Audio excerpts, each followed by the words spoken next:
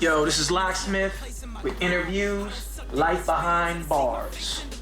Man, I'm just repping my city, silly and me to deny what I knew was better, but precious in my endeavors to rhyme. So I take my feelings and spill and put them all inside these rhymes. These other niggas be hating, waiting for me to decline, but a nigga got notes for days. Frankie Beverly Mays. Oh man, Richmond, California. Not too far from Oakland, you know what I'm saying? Not too far from Berkeley, not too far from Frisco. It's a small city, but it's where I'm from, man. You know, raised in South Richmond, Crescent Park, which is like, I guess the equivalent to would be like a projects. But it wasn't like that to me growing up. You know, where I was at, it was like a village kind of. You know what I'm saying? It's like, and we didn't realize it because there was like violence and stuff going on. But when you're born in it, you don't realize it. You know what I mean? So it was called Crescents because it was like a circle.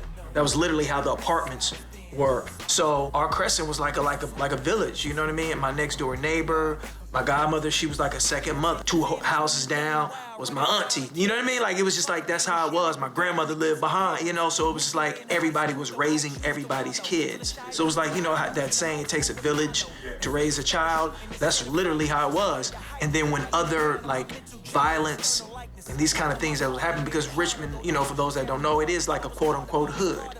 You know, and that during that time, you know, when I was growing up, like in the 80s and stuff like that, it was, you know, it was kind of like that crime thing was kind of first start. You know what I mean? Like, that's when you first saw the drug dealers and, you know what I'm saying, on the Kawasaki's and the Honda Ninjas and all that stuff. But we were just kids, you know, out playing football in the parking lot or baseball behind the wash house.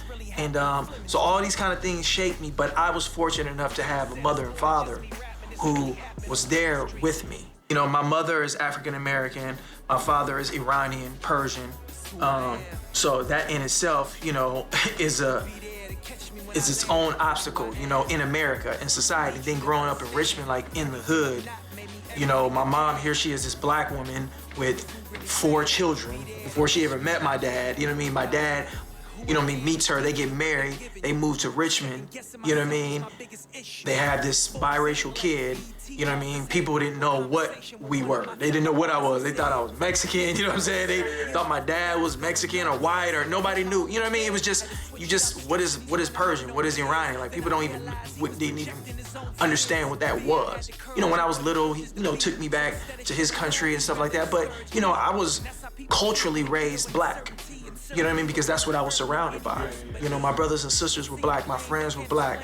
The environment that I was surrounded around was, you know what I mean, like I said, the United States urban hood, you know? But at the same time, I knew something was a little different, you know, and, you know, people didn't know what it was, so sometimes people would interact with me in a different way. My family said it was blatant, I was stranded in the cloud, but it's hard to see the stage, you standing in the crowd. Never the type to beat excuses, never take like who seems accusing, try to rewrite the things of you. That is a fight that seems to lose it. I don't expect for you to catch what I've been doing, that's the caption. I don't talk about success, I just prove it in my action.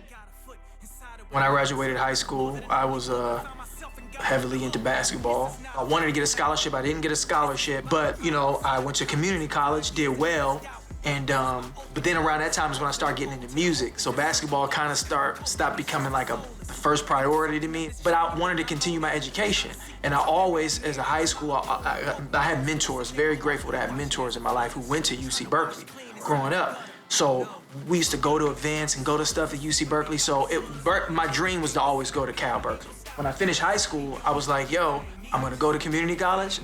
I'm gonna do it and I'm gonna get in. So I went to community college, I got into UC Berkeley, I got to UCLA, UC Davis, you know what I mean? So I was just like, I'm going to Berkeley. I mean, I was gonna go to UCLA. I was very close. I was like, yo, it's LA to be something different for me. But it's like, I can't not go to Cal. It was my dream, and it's right there, you know? And it was great. I studied African American studies, Near Eastern studies as well, but I got my degree in African American studies. And it was a great experience, man. Like, the networking, the people that you meet, the experience, you can't replace that with any kind of, you know, colleges. You can't replace that with any other experience. This is a battle. This is a battle, America. This is hip-hop. This is the real deal. My man Locksmith, you next to rock. EP.3, let the beat drop. Let's go. Wave your hands like this, come on, yeah. Wave your hands like this. New York, the new Bay, yo, look, yo. You think you sicker than lock? All belly if I let you tell it. I stick my finger up your girl's cooch and make you smell it. I stab it with my spit stick, then I do some sick-ish, like smack you with the same rag I used to wipe my with. Nitwit, you want some chick-ish? Look at your lipstick, look at the way your hips switch, look at the way your lips twitch. You can't even speak clear, and just think, if I would've wore a condom, you wouldn't even be here. Keep clear, punk, you punch in your little ball sack, get your jaw cracked trying to mess around with this raw cat. Come on in, you about to shit. Back up. Battle rap is something I didn't even know I could do. You know what I'm saying? Like I, started rapping, and I fell in love with hip hop. I fell in love with writing, rapping. Like I just fell in love with the poetry of it. There was an unsigned hype battle for The Source magazine. They used to have a traveling unsigned hype tour. And they were like, yo, we, at that time it was 3 of us. We were like in a crew. We were like, yo, we sent our demo to the unsigned hype in The Source. And they were like, well, look, we already got our unsigned hype for this month, but we're coming to the Bay Area. Just come to this place. So I thought we thought we were going to perform, but they were like, nah, each person got to be separate. You got to rap. This is a battle. I didn't even know what that was. I was like, really? Oh shit. Okay, it was at Southland Mall in Hayward. So I said, all right, and I just killed it. I didn't even know I could do it. You know what I mean? Like that was my first time freestyling in front of people. Like it was like, each person had to go up. You had to like spit over a beat, and that was my first time freestyling like in front of people. And everybody was like, whoa. I was like, oh shit, okay. And then they were like, all right, you're in the battle round. So then I just started battling people and was like beating everybody and got to the last round. I didn't win it, but I got to the last round.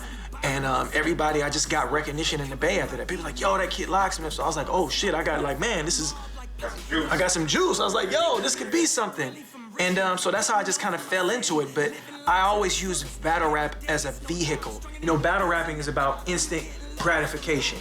You're delivering a blow to the person that you're dealing with. You know what I mean? And you need that crowd to be like, ooh, shit, right there. You know what I'm saying? I mean, that MTV battle, let's just take that, because I feel like that was a mark battle. That was 2003. Here we are in 2016. That was 13 years ago.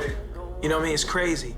So, in that time period, I've gone through experiences. Man, I've loved, I fell in love, I fell out of love, my mom passed away. You know what I'm saying? I've grown. I matured. Hopefully, I've gained some wisdom. So that's gonna reflect. It's gonna be injected into my music.